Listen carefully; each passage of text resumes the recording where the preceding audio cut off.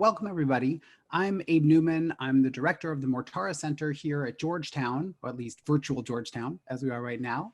And one of the things that we do is we like to promote student and faculty research. And there's nothing more enjoyable than highlighting new books that have been published by our faculty. And so today we are celebrating and also giving a chance for everybody to learn about new work by Professor Dan Nexon, who's here at the School of Foreign Service, and Alex Cooley, who is a professor at Barnard. And together, they have published Exit from Hegemony, The Unravelling of the American Global Order, which is from Oxford University Press. You can buy now. I'll put the link in the Amazon on chat. So if you have not bought, you should run, don't walk to get it. And I would like to encourage everybody, if you put questions in the chat, then as the talk is going, then both Dan and Alex can get to those questions as we go. I'll also offer some questions after the presentation. We're going to hear for about 20 minutes from the authors, and then we'll have a roundtable discussion for the rest of our hour. So with that, I turn it over to Dan for the presentation and the discussion.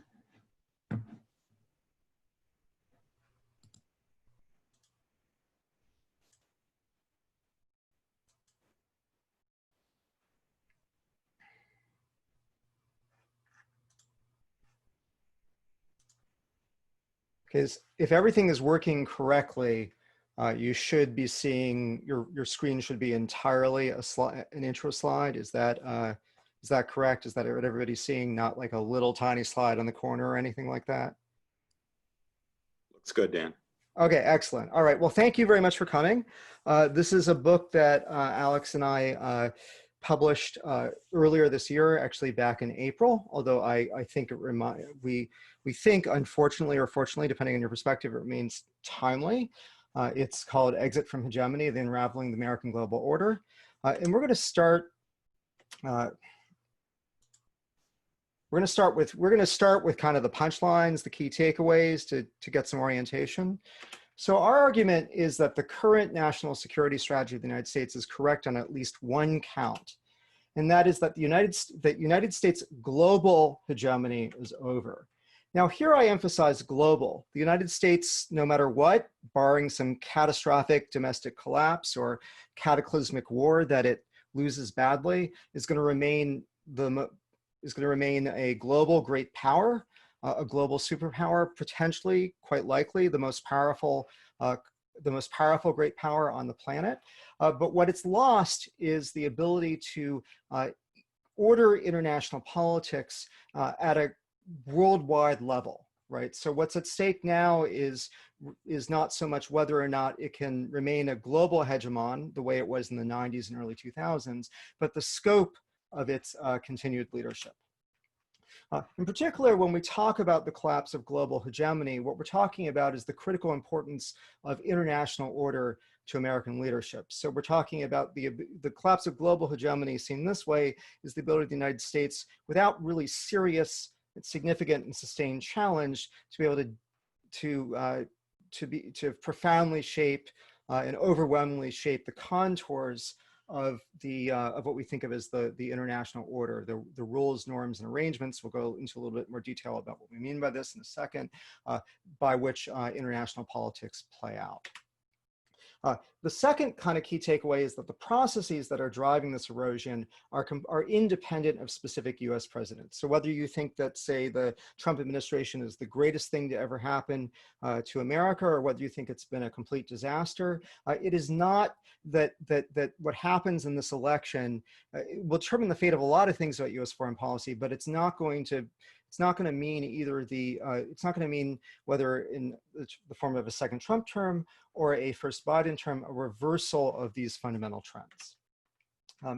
The third argument is that, and the third kind of key takeaway is that when we think about the collapse of American leadership, the collapse of American hegemony, at least at this global level, we should not be focusing so much on what a lot of people are talking about now as the Thucydides trap, that is the risk of a great power war between the US and China, the erosion of US global hegemony, and the transformation of global international order is not going to be driven by whether or not the US has a war with China. It's already happening, and it's happening through peaceful processes.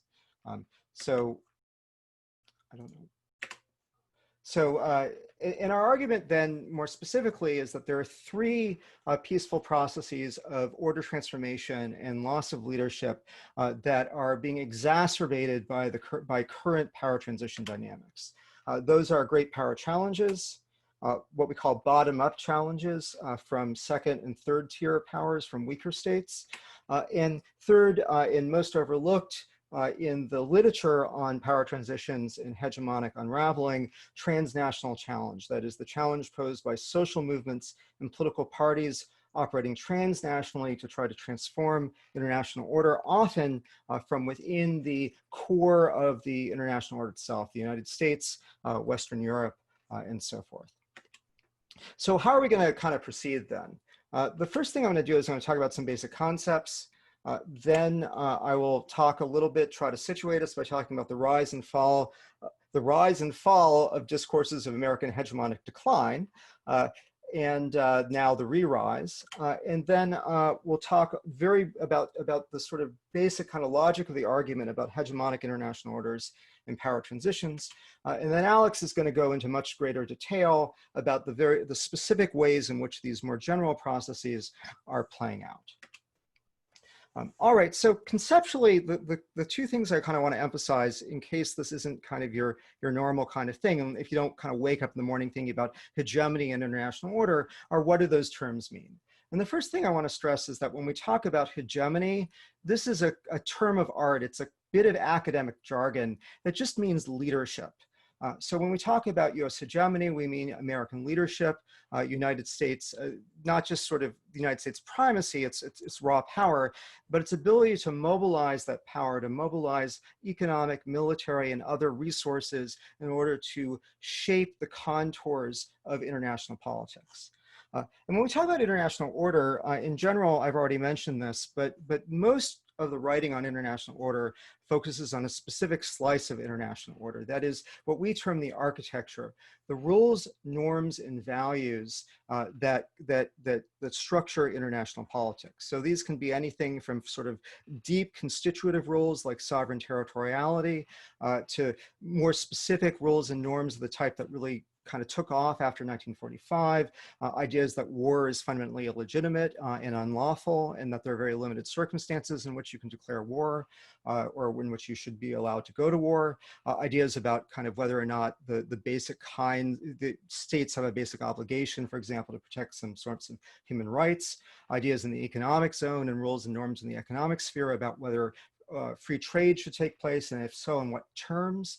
So a lot of people think about international order, and we agree, in terms of this sort of architecture. And when you hear talk about the rule-based order or international liberal, the quote-unquote, the liberal international order, it means primarily the argument that we have an international order that's composed of rules, norms, and values that follow broadly politically liberal concepts.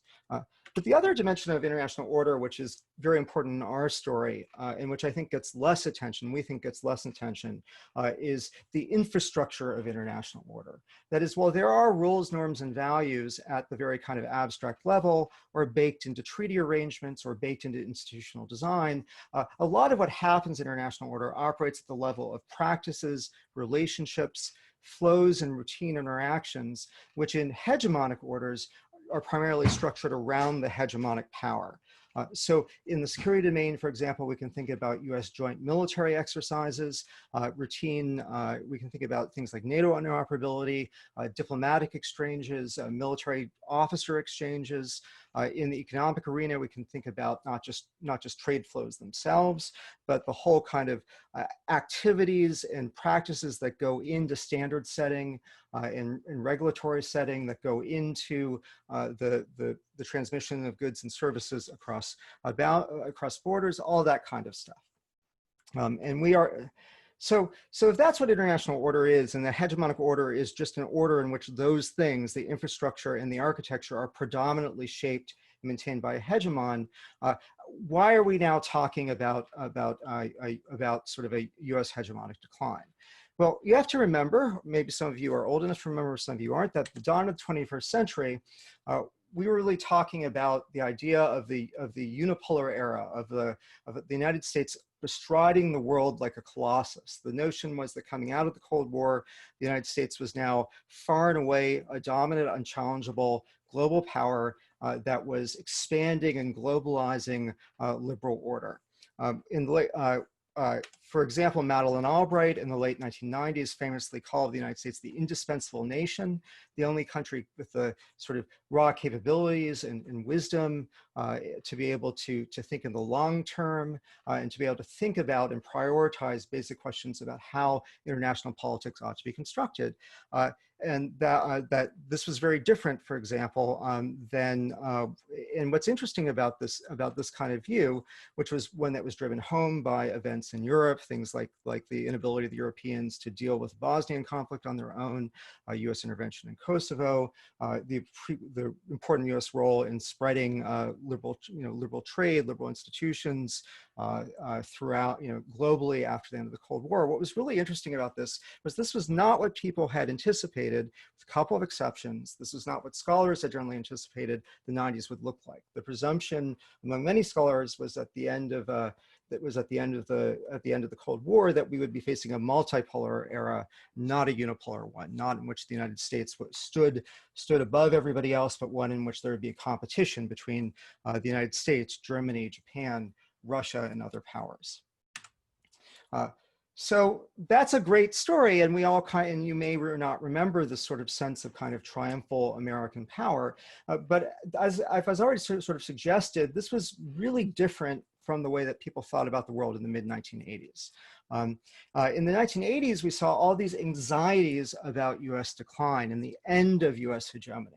I think about books that I read in college or in early grad school, Robert Cohen's After Hegemony. It's okay that the United States is no longer a leader because we'll still be able to get international cooperation regardless. Or Paul Kennedy's bestseller, The Rise and Fall of the Great Powers, which argued that the United States was in danger of heading down the same route as the Spanish Habsburgs or the Roman Empire or all other sort of large great powers that tried too hard to order the world, engaged in strategic, and wound up being strategically overextended and weakening their domestic economies.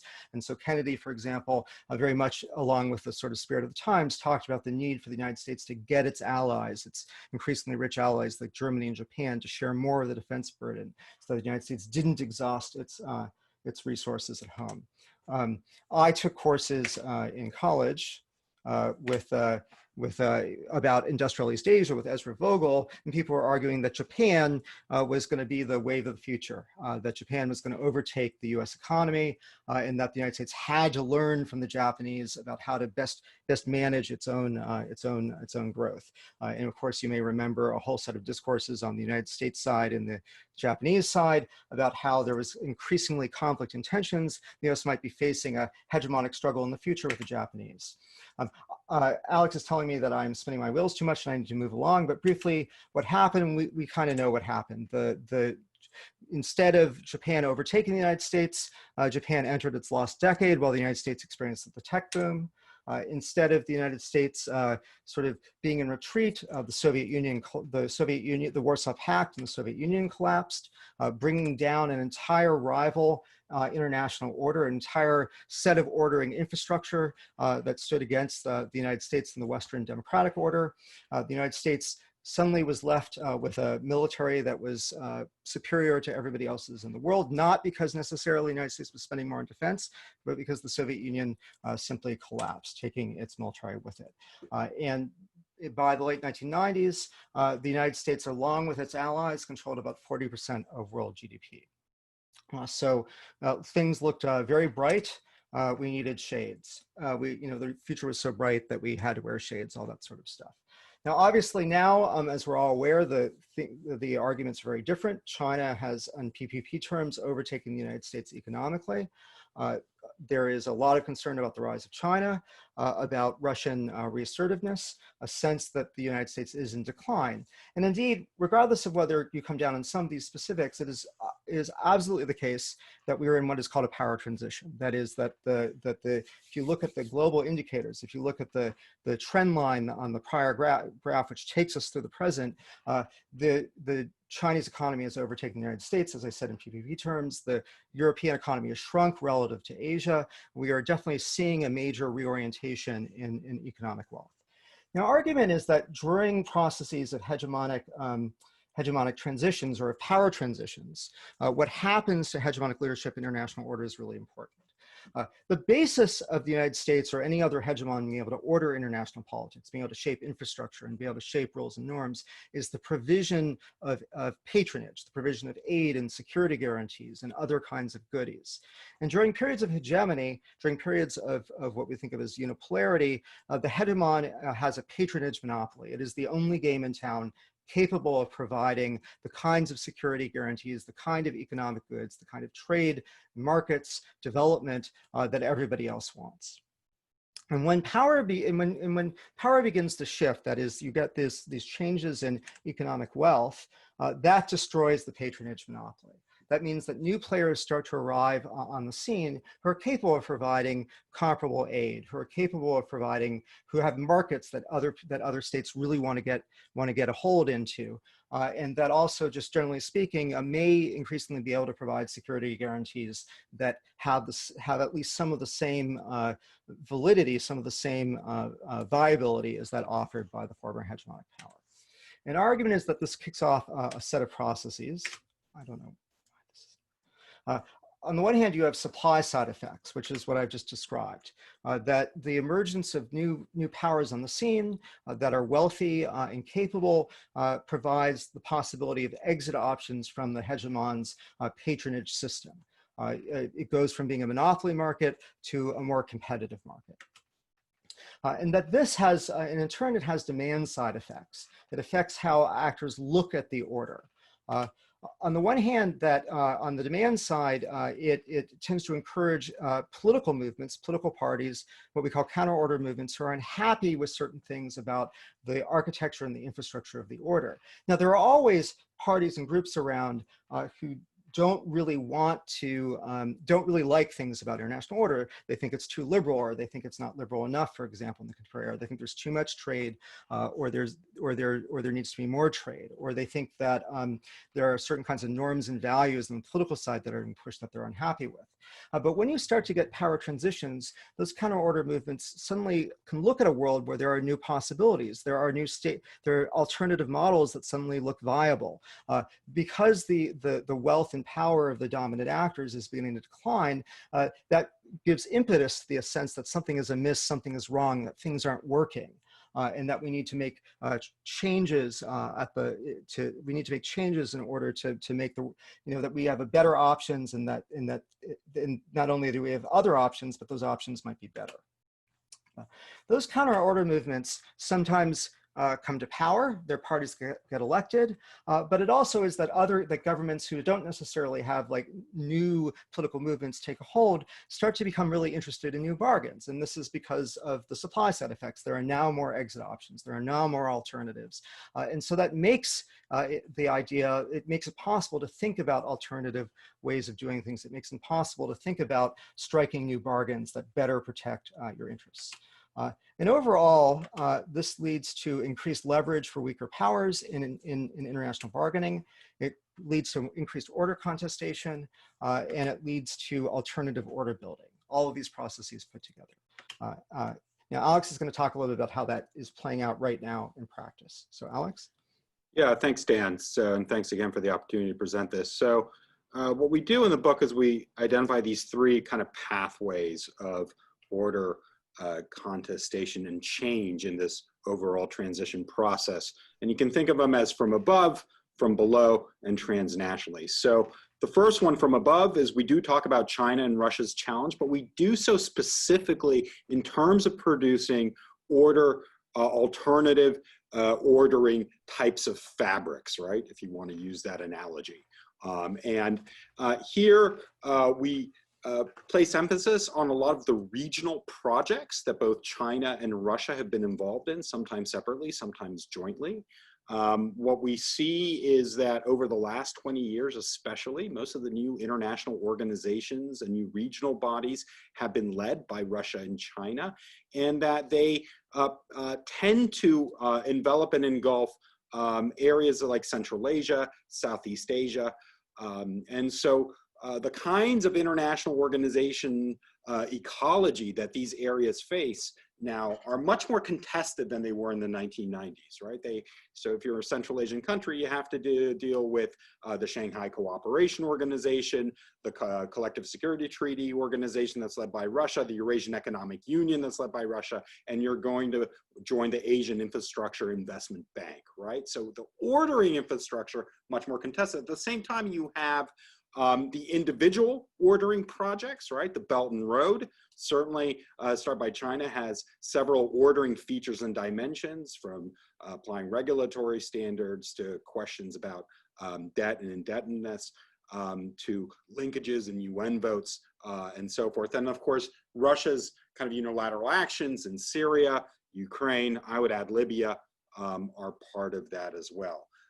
Now, we do get some pushback saying, well, come on, like, the Eurasian Economic Union, is it effective? Does it actually do anything? Does it change, preferences and kind of a strict cooperation terms? And, the responses are twofold. One is actually very few international organizations can be held up to that kind of rigorous standard of like promoting cooperation. But B, we're missing the ordering effects. The ordering effects aren't so much are they promoting regional cooperation, are they changing the network ties between players? Are they advancing the agendas of China and Russia to the forefront of foreign policy considerations of these member countries, right? And are they helping to sort of reclassify their understanding of where important ordering institutions lie? So I think that's a big part of what we're doing this in terms of sort of China and Russia and this alternative ordering infrastructure. Can we move on, Dan? Let's go back one. Just one final point on this. What we also see is a transformation in terms of Russian and Chinese-led kinds of norms and values, sort of shifts in the architecture within some established UN institutions. This is a map of UN Human Rights Committee, and we have you may have seen versions of this.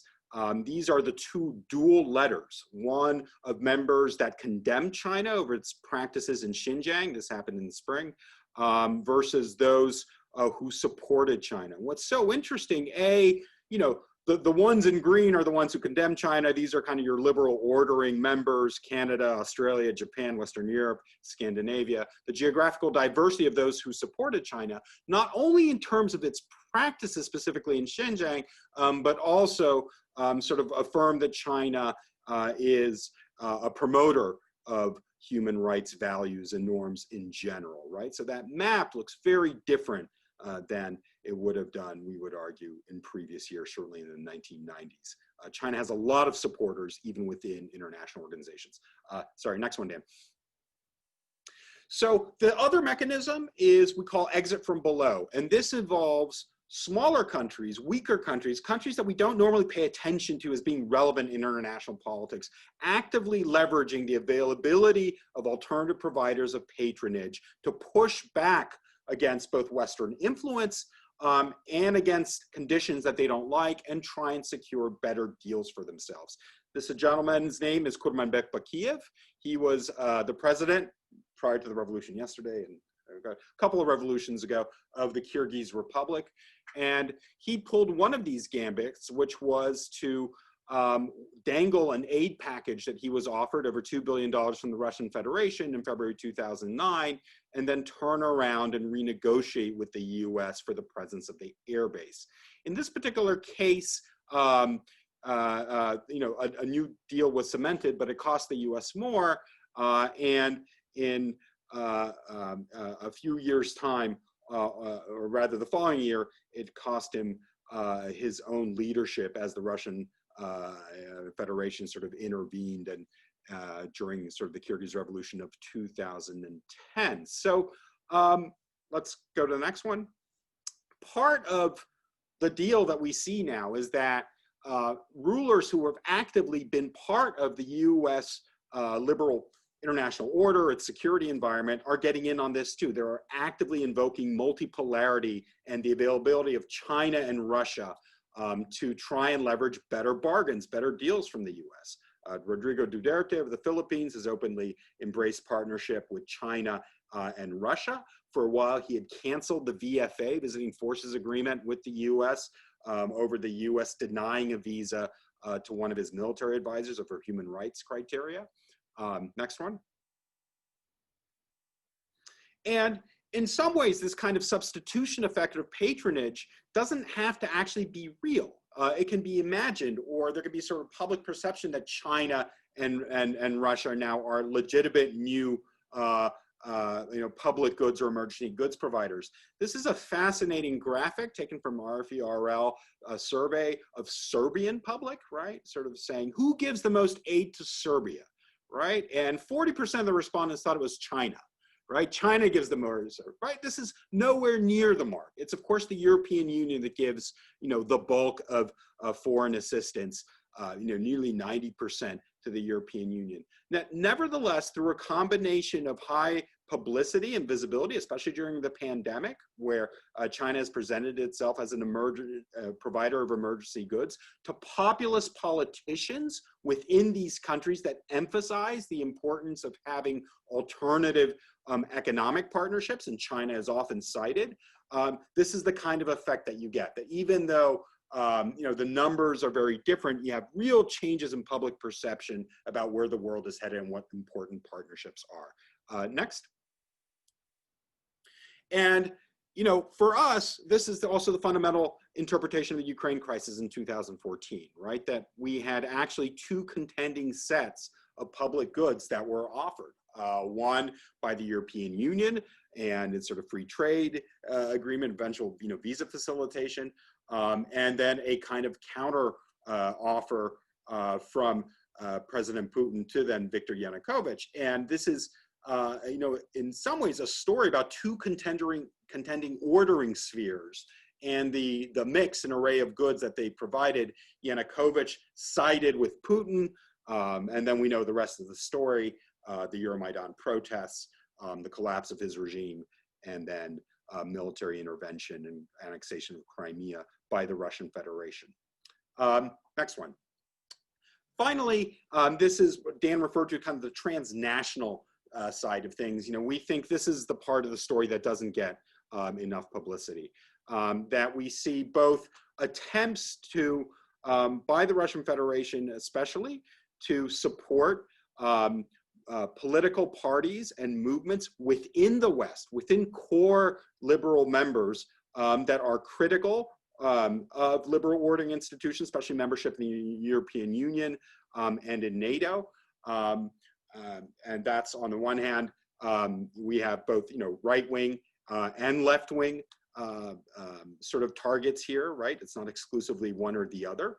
And then with another, and this is sort of a picture of sort of the meeting with legal representatives. So we have this kind of attempt to drive wedges to split this kind of order contestation. On the other hand, we have the Russian Federation also brokering new types of movements within something like the World Congress of Families, that initially started as a transnational movement that was based with two Christian right groups in the US, but then teamed up with oligarchic money and funding from Eastern Europe, and now has held summits in places like Hungary, Moldova, Moscow, and interestingly enough, Verona, with Salvini giving the keynote. And it presents itself as kind of a traditional values, anti-liberal kind of movement, very along the lines also of Viktor Orban and his kind of populist message. And just to sort of illustrate the point, what's remarkable at the moment is that one could consider the Trump White House as part of this counter-ordering narrative, and especially the appointment of ambassadors to key positions like Germany, the Netherlands, where these ambassadors actively align with and host members of these same kinds of counter-order political parties, especially right-wing populist movements. Also in a place like Hungary, you saw very little public outcry by the US Embassy over the ouster of the Central European University, which, if you take the fact that this university aside, was the greatest investment, economic investment made by the United States in that country, allowed to go basically because this was the agenda of Viktor Orban, right? And so we're in an interesting part where what the Pew kind of numbers picked up, interestingly, a few weeks ago, was that Trump himself is very unpopular throughout the world, but his boost, his confidence amongst right-wing populist party members in Europe has actually dramatically increased over the last couple of years. Yeah. Next one, Dan. So I'll let Dan just wrap it up. I think we've gone over, Dan, so we should leave some time for questions, but maybe you can just give a couple sentence summary here about these unraveling dynamics on steroids that we're seeing. Yeah, I'm not going to walk us through all of this, but the main point here is this is an image from the book where we talk about what a world of positive feedback between these processes actually looks like. And the two main things to really emphasize here is that the dynamics of power transitions can kick off processes whereby exit from above, exit from below, and what we sometimes call exit from within, transnational challenges, all begin to bootstrap upon one another. So for the power transition dynamics, increase the number of credible goods providers, undermining the patronage monopoly of the hegemon, creating exit options, which can lead some states to exit or successfully resist the sort of hegemonic ordering pressures. That exit or successful resistance can help strengthen, for example, counter-order movements. It can give more impetus to co-ideologues in other states to say, hey, look, Hungary has adopted a more illiberal posture, we can do the same. Or can say, look, Russia is doing pretty well for itself, at least in terms of its ability to project influence and power abroad compared to what it used to be. That gives hope for states that also don't like the United States, US hegemony, to do similar kinds of things, or to look to China, for example. And so that can then, strengthening counter-order movements themselves, can lead more states to exit as those order movements put pressure on states that are within the order to strike new bargains, or that they take over those states and exit themselves, which can then in turn exacerbate power transition dynamics by reducing the number of allies and supporters, or at least guaranteed kind of support among other states for the hegemonic power. And you get these processes that, when they are uninterrupted, can produce really rapid unraveling of the hegemonic order, and therefore the leadership of the dominant power, even if it's in a position where it's left as being pretty wealthy, pretty militarily powerful, has superficially, a lot of the sort of institutions look like they're in place and all that sort of stuff, that within that, the whole order can be essentially hollowed out.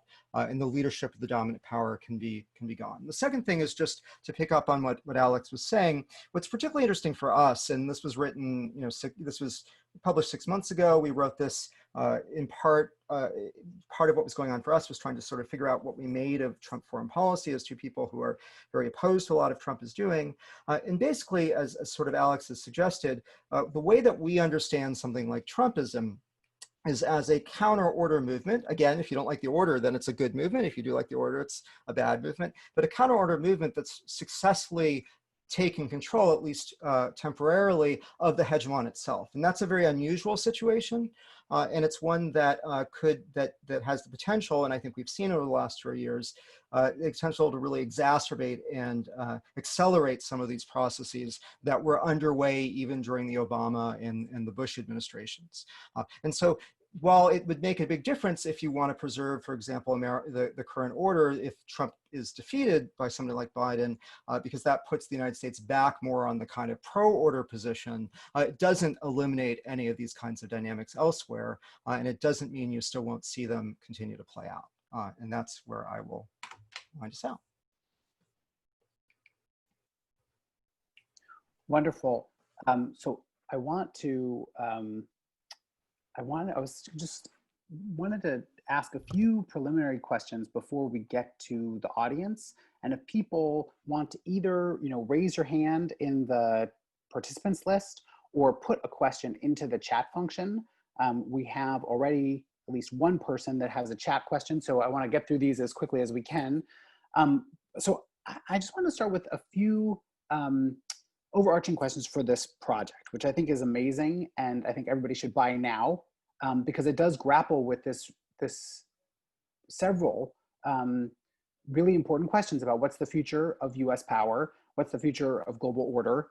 And then also, I think most importantly, it identifies the resistance strategies and areas. It doesn't just say US decline, US rise, which is I think the traditional debate, but it's helping us think about the pathways through which there are these challenges or resilience too. And I think I wanted to just start there with this question about maybe just talk a little bit about how your focus on exit options helps us think about both resilience and challenge. Because like in my own work, one of the things I have been struck by is the persistent dominance of the US dollar in the global system and how that gives the US power even as the US declines in many other areas. And I think your work helps us understand that because it draws attention to, is there a substitute? Is there an exit option in this domain? And if there isn't, then we should see more persistence rather than other areas. So for that first question is just kind of a question about resilience versus, is this uniform? Is this overall decline? Or is there areas where we can think about that variation? The second question is, I just wanted to pick up on this question of, is it Trump or is it really about power, the hegemonic decline, or is it about a change in the way the hegemon is thinking about global politics? And I think you could argue that starting with Bush Jr., there was just a switch in what the hegemon's game was, is that it was no longer a game about order. It gave up on the architecture. It said the architecture isn't what we're playing. We're playing an imperial coercive strategy where we're basically just going to use sticks, not carrots, in order to incentivize. And it's hard work, but we have a lot of sticks, so we're just going to use them. And so if that's the case, just play that out. Are the challenges from China or Russia, are they really challenges, or is the Shanghai cooperations, setting up these alternative institutions, do any of those things really matter in a world where the players just don't care about institutions anymore? And so, how does that work? And then finally, I just thought maybe if you could talk about the election, because that's on everybody's mind, and where you see the opportunity of a different administration maybe taking a different path. You don't need to answer all those questions. I'm just putting them out as kind of get the ball rolling. So fire away. They're great questions. Let me actually answer it in a kind of peculiar way, Abe, just because I want to bring Russia and Russian resistance and the agenda into the conversation, because I think part of having what we like about this framework is that we can identify certain pathways that are more and less effective for particular powers and particular eras. So we often hear in reference to the Russian Federation, it's a declining power, it's a spoiler, it doesn't have a positive agenda, it's got a GDP the size of California, and really it's China that we should be concerned about. And I think what our framework shows is that, yes, in certain cases, the gambits of the Russian Federation have backfired spectacularly, like whether it's initiating a bidding war in Manas, whether it's trying to bribe Belarus with recognizing Abkhazia and South Ossetia.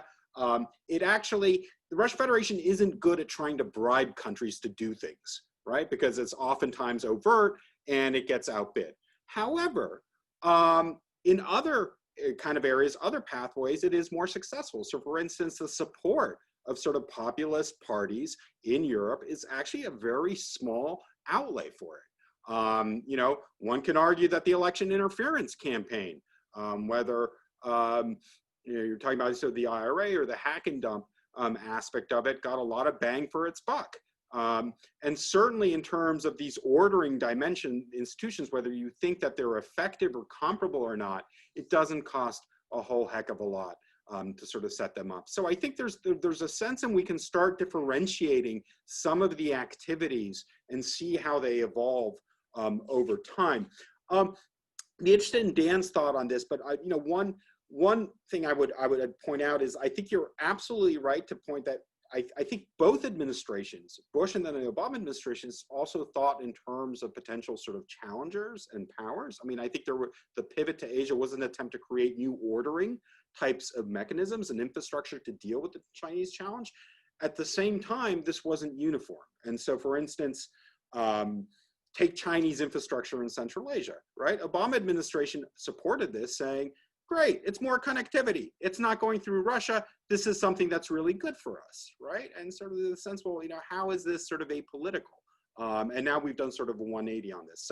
So I think, there is a tendency to emphasize, powers themselves as competitors without talking about the kinds of accompanying institutions, infrastructures, and architectures that they push, and developing sort of strategies for sort of countering those or sort of assessing their power political influence. Maybe we should go to the audience and we can answer, I think, Abe's other really good and difficult questions inter alia, or maybe dodge them. Yeah, we'll have to address them at some point. Dodgeball. Okay, so I have one question from the chat, which is Thomas First.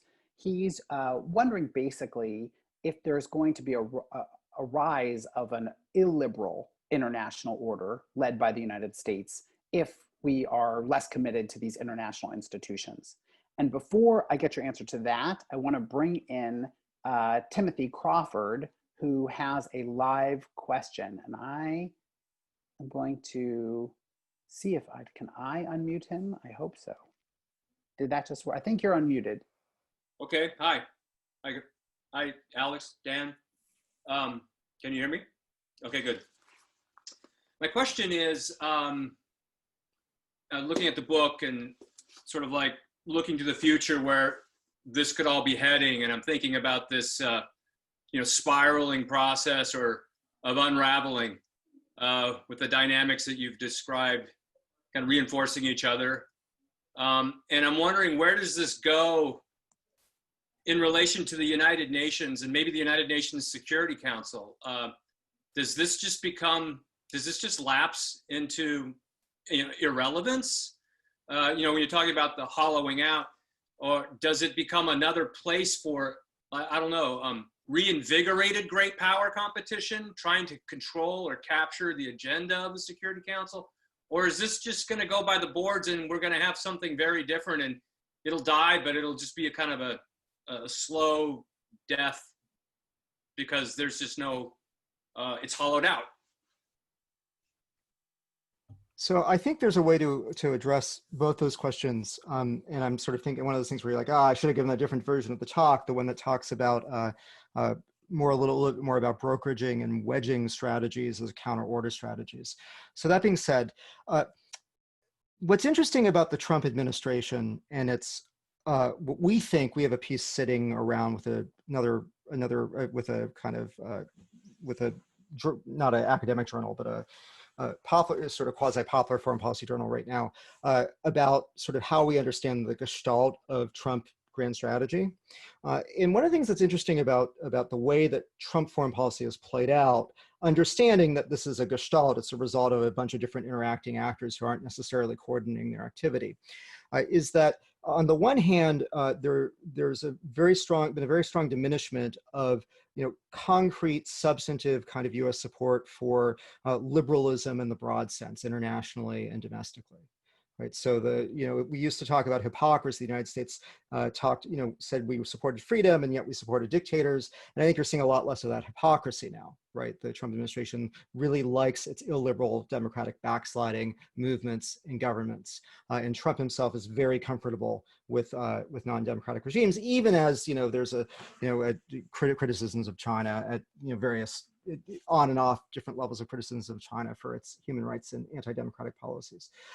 So you have that sense of sort of active support for illiberalism, but what that often overshadows is that the Trump approach to multilateralism and cooperation, right, which we all recognize as sort of relentlessly bilateral, doesn't like multilateral institutions, would rather cut country-to-country deals. What's sort of at the heart of that is this kind of wager that things like multilateral agreements, a lot of the arms control regime, all of these things restrain the United States, and they limit the ability of the United States to use its wealth and power to strike harder, better bargains, right? And so if you can strike those harder, better bargains bilaterally, if you can bypass something like the UNSC, or you can bypass, the WTO, or you can bypass, NATO in these environments where, you have all these other states who have sort of have voice opportunities and have votes and even have veto points, that you can just kind of use overwhelming dominance, right? This is why the Trump administration, really doesn't like the EU and would like the EU to go away, because the EU, it's harder to bargain with the EU with a market economy about the size of the United States than it is to bargain with France and Italy and Germany separately about trade deals. So there's a sort of assumption that if you kind of trash, scrap, or ignore all these sort of liberal multilateral ways of doing diplomacy, if you diminish them, that they'll cease to be relevant, right? And we'll make it a world of hard power where the US is going to do very well because it has a lot of hard power. The problem is that that strategy doesn't make sense in a world where the United States doesn't have a monopoly on patronage anymore. Because in that world, countries like China and Russia or the EU, right, can go out and they can do the same sorts of things, right? If the US takes its toys away from the United Nations, as the Trump administration learned very early on, actually, or when it realized that it wasn't paying enough attention to the UN, all you do is let those you don't make the UN irrelevant, you just give China and Russia a free hand, right, to get what they want. And so, in a sense, the Trump administration's gamble is a gamble for illiberalism at two levels. It's a gamble for illiberalism in terms of the way that it is prioritizing various values and policies bilaterally, but it's also a gamble in terms of an attempt to knock out multilateral liberal intergovernmentalism as a way of doing diplomacy. It's not been very successful at that, right? It's been much more successful on the other side. And the reason it's not successful at that is it tells us a lot about what's happening with the general trends towards illiberal global order, right? So what's happening in sort of global order to make for more illiberalism is not, for example, a decrease in as much as the Trump administration would like to see it, a decrease in the relevance of multilateral institutions. It's not a diminished relevance for the United Nations per se. It's not they're able to cripple the WTO in other places where they have veto points. But in places where they don't, the result has been to essentially tilt the balance in favor of illiberal agendas in those institutions. So instead of getting just alternative order building like the SCO and other types of institutions that are self-consciously illiberal, right, and have, if anything, anti-democratic norms in terms of how they relate to their member states. But you also are getting within a lot of the liberal institutions drift towards illiberalism by the same factors. So if you want to think about what the global order is going to look like on the present trajectory, that global order is going to be one where we see a lot of liberal style cooperation, but increasingly diminished relevance for things like political liberal rights, democracy, human rights, civil rights, as principles that those institutions are pressuring states to conform with, and indeed as sort of principles that are sort of the kind of baked in bread and butter of a lot of the post-45 order. So that's what's happening. And it both, I think, it's important to think about both what the Trump administration has sort of been doing and what could potentially be corrected or not corrected if you wanted a more liberal order, but also the ways in which you have both the kind of outside options as a source of illiberalism, but also inside options and illiberalism within the sort of incumbent institutions of order. And right now, what Trump administration policies are doing is that they're allowing both to become more illiberal, right? So we have another question from the chat, which is from Hari Chadahari, who also says, P.S. they're in Professor Nexon's Gov 060 course. So awesome flag for the student. The question is really, it's about the reverse pressures that as actors like China start to offer these alternative orderings, does that in some way also reinforce the US position because third countries get worried about that alternative set of orderings. And the chat calls out India as a question mark of, does India really just congeal to the US because of its concern towards China? And I would also say you see this, I've been following the 5G debate in Europe, and the US has played a terrible game there. Like we basically are shooting ourselves in the foot, and yet we're getting what we want because a lot of European countries are freaked out about a Chinese-led order in that domain. And so just kind of if you could talk a little bit about the counter pressures that arise as these other orders get built. I do want to flag, we just have 5 minutes left. So I think if you could answer this question, and then we'll see if there's any last question before we wrap up. Yeah, I mean, I think just very quickly on that, I think it's an excellent point. It's fair. I do think, though, it comes from this idea of pressures in order contestation to sort of maintain sort of balance, and especially sort of different multilateral ties. So I would sort of point to India's desire to be part of the SCO, but at the same time within the SCO try and stymie sort of the Belt and Road agenda as being sort of a good example of this. I do think one of the cautions we have in the book in terms of future scenarios, we don't think we're going into a G2 world that resembles the Cold War, precisely because China doesn't have the same system of global client states that the Soviet Union did, right? And these kinds of structural attempts to create it, which I mean, I think G5. These standards, might be sort of dividing the world in different sort of, technological infrastructures or internet infrastructures and so forth.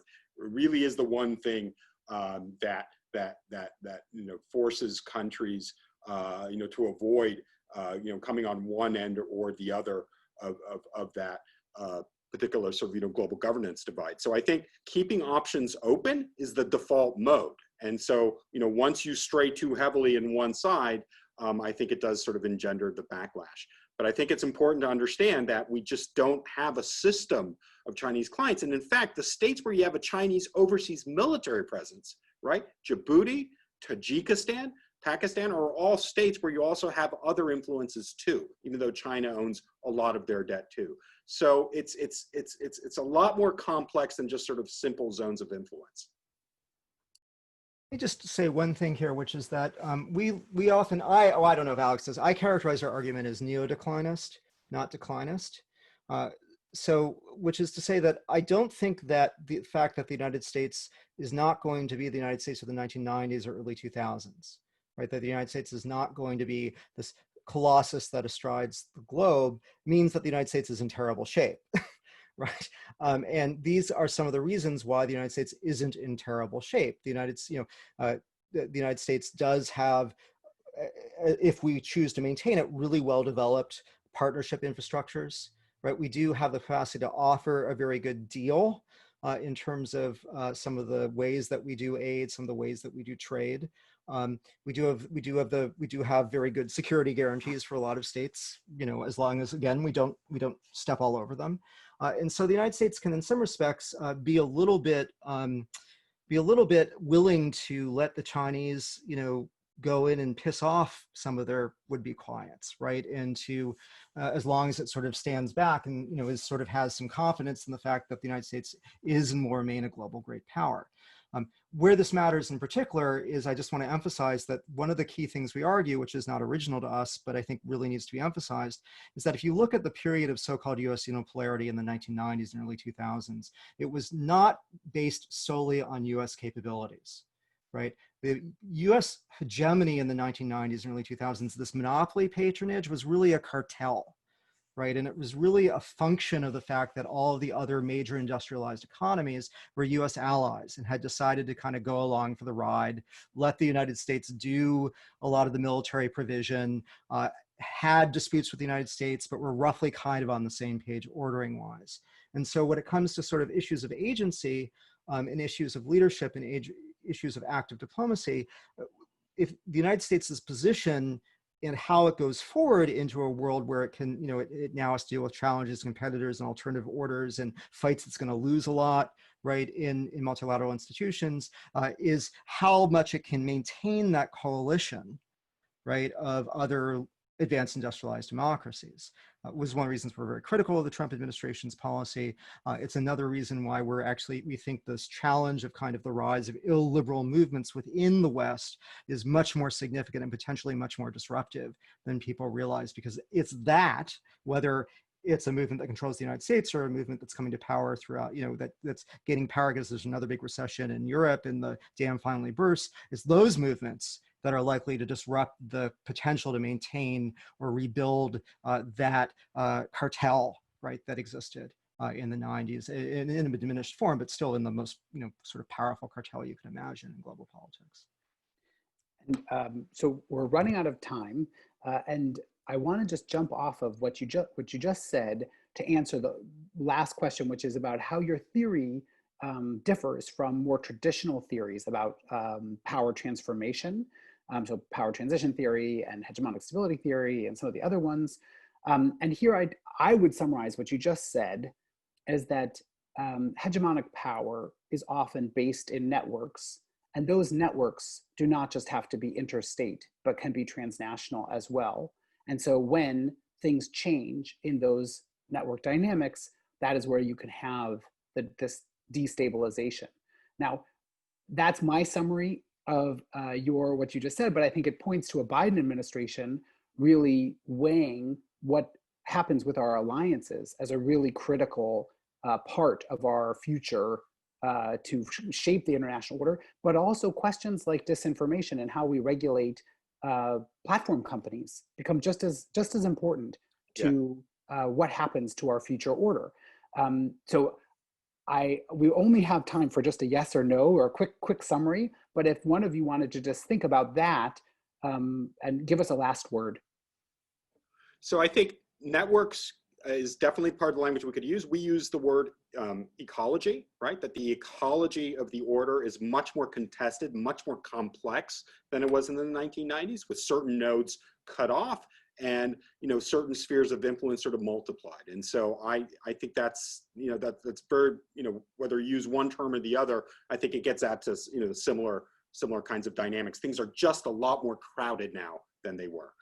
Which leads the institutions now to operate in a different way than when they were drawn up. And I think that's the danger of someone like a Biden administration coming in and assuming that all of these infrastructures operate in the same manner as they did before. That you could just roll back the clock. Exactly, yeah. And that they're actually in function and purpose a lot more illiberal now than they were 20 years ago. Dan, do you want a last word? Thanks for coming, everybody. Yeah, well, thanks for coming, everybody who tuned in. Thanks to Alex and Dan for a great conversation. Please, we put the Amazon.com buy now in the chat, and we look to keep having these conversations because I think they're not going away. So thanks again, everybody, for joining, and have a great weekend. Yeah, thanks, everyone. Thanks for the invitation.